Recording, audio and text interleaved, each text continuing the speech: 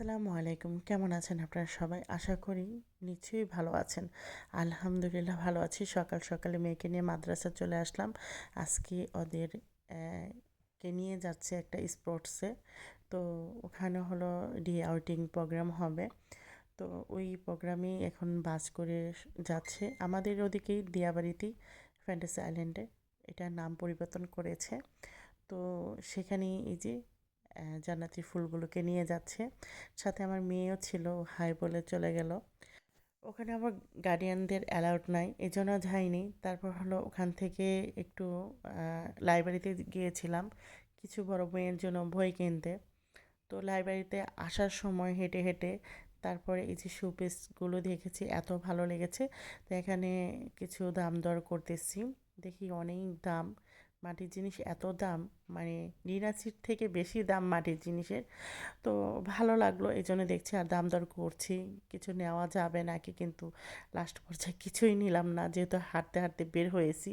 এখন ভাবছি এই বোঝা কে টানবে, গাড়িও নিয়ে আসিনি, গাড়ি নিয়ে আসলে অবশ্যই কিছু নিতাম। তো আমি আবার যদি রিক্সাতে যাই মাটির জিনিস বা কাছের জিনিস এগুলো কিনি না। আহ, তো নিজের কাছে কমফোর্ট মনে করি না, এজন্য কিনি না। যাই হোক, এই যে আমার বোন কিন্তু এইসব সব ভিডিও করে দিয়েছে, কারণ এখন তো জানেনই আমি ভিডিও খুব কম করি। কারণ আমার কেন জানি আস্তে আস্তে ভিডিও করতে ইচ্ছে করে না। তারপর আপনাদের সাথে ব্লগগুলো শেয়ার করি মাঝে মধ্যে, যে যেরকমই পারি। আপনারা প্লিজ ইগনোর করবেন যদি কোনো ভুল ত্রুটি হয়। যাই হোক, এই যে এখানে হলো আমরা চলে আসছি এখন একটা কেকের দোকানে। এখানে কেকের দোকানে এসে আমি তো সকালে কিছুই নাস্তা খেয়ে আসিনি, আমার কিন্তু প্রচণ্ড পরিমাণে ক্ষুধা লেগেছে। তো বোনকে বললাম, চল দুই বোনে মিলে একটা সমুচা খাই। বাসায় এসে গোসল করে একটু ছাদে যাই, কারণ এখন শীতের দিন।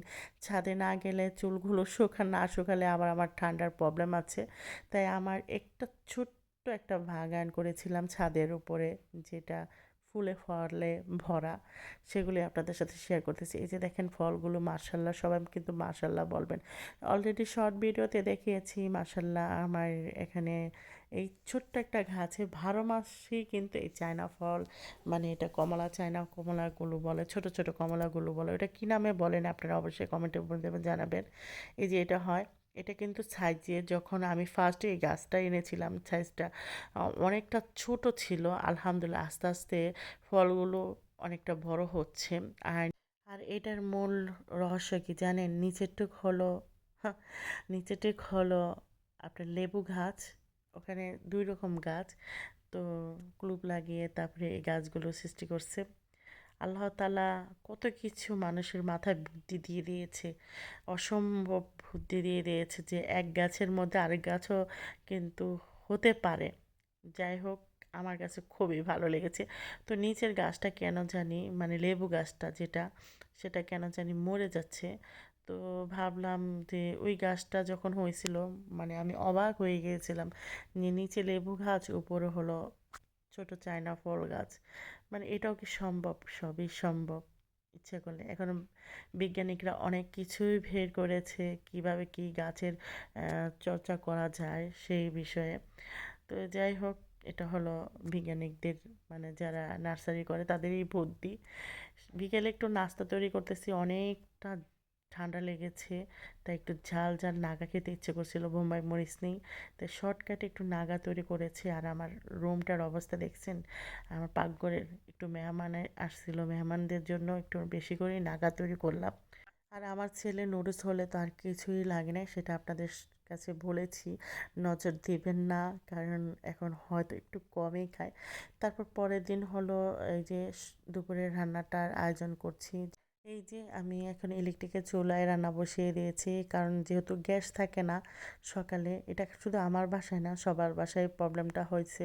আমাদের এলাকার সবার বাসায় কিন্তু একই প্রবলেম, গ্যাস থাকে না। তো এই যে আমি এখন হলো ইলেকট্রিকের চুলায় বসিয়ে দিয়েছি। আমি ইদানিং ইলেকট্রিকের চুলায় রান্না করি, কারণ 7টার দিকেই গ্যাস থাকে না আমাদের এদিকে। আগে তো 7টার দিকে গ্যাস থাকতো, সকাল সকাল রান্না করে ফেলতাম। এখন তো সেই সুযোগটাই নেই, 7টার দিকে রান্না করতে পারি না, তারপরে ইলেকট্রিকের চুলায় বাধ্যগত হয়ে বসাতে হয়। যাই হোক, এখানে একটা পেস্ট করে নিব আজকে যশোরের এলাকায় এই জিরে আর পেঁয়াজ ভাজাটা দিয়ে তরকারি রান্না করে অনেক মজা লাগে। তো আমি কিন্তু মাঝে মধ্যে এভাবে রান্না করি, আমার কাছে খুবই ভালো লাগে। অবশ্যই জানাবেন, যশোরে কিন্তু এই মশলা বাটাটা অবশ্যই দেয় তরকারিতে। তো যশোরের রান্না কিন্তু খুবই মজা, আমি কারণ খেয়েছি এই জন্য আমি বলতেছি।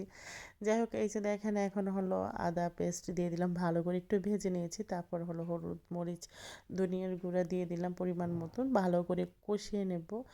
তরকারি রান্নাতে কষানো, যত মশলা ভালোভাবে কষানো যাবে ততই কিন্তু স্বাদ। এই যে একটু পানি দিয়ে ভালো করে কষিয়ে নিচ্ছি, এখন ভালো করে একদম কষিয়ে নেব। তারপর হলো এখন ফুলকপিগুলো দিয়ে দেব, কষানো হয়ে গেছে দেখছেনই। আর অল্প একটু তেল দিয়ে কিন্তু রান্না করতেছি, বেশি তেল দিচ্ছি না। তো এই যে দেখেন, এখন হলো ফুলকপির সাথে কটা টমেটো দিয়েছি, সিম দিয়েছি, আলু দিয়েছি। এই তরকারিটা কিন্তু শীতের সিজনে অনেকটা ভালো লাগে, আপনাদের কাছে কীরকম লাগে অবশ্যই কমেন্টে জানাবেন। যাই হোক, এই যে কষানো হয়ে গেছে, এখন হলো গরম পানি দিয়ে দিব। গরম পানি মোস্ট দিতেই হবে, কারণ যে কোনো সবজি ভালো করে কষিয়ে গরম পানি দিলে সেই তরকারিটা একটু স্বাদ বেশি হয়। এটা আমি মনে করি, আপনারা এভাবে রান্না করে দেখবেন, অবশ্যই ভালো লাগবে। তারপর যে পেস্টটা করে রেখেছিলাম সেটা দিয়ে দিলাম এই যে এখানে। এখানে দিয়ে এখন মাছগুলো দিয়ে দিব। মাছগুলো দেওয়ার পরে কিন্তু ঢেকে তারপরে এই রান্নাটা করে নেব, একদম পুরো কমপ্লিট।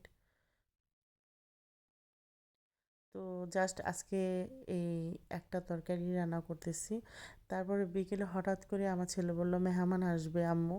তো মেহমানের জন্য কি রান্না করব, সে নাকি আমার কাছে চাপটি আর হলো হাঁসের মাংস খেতে চাচ্ছিল।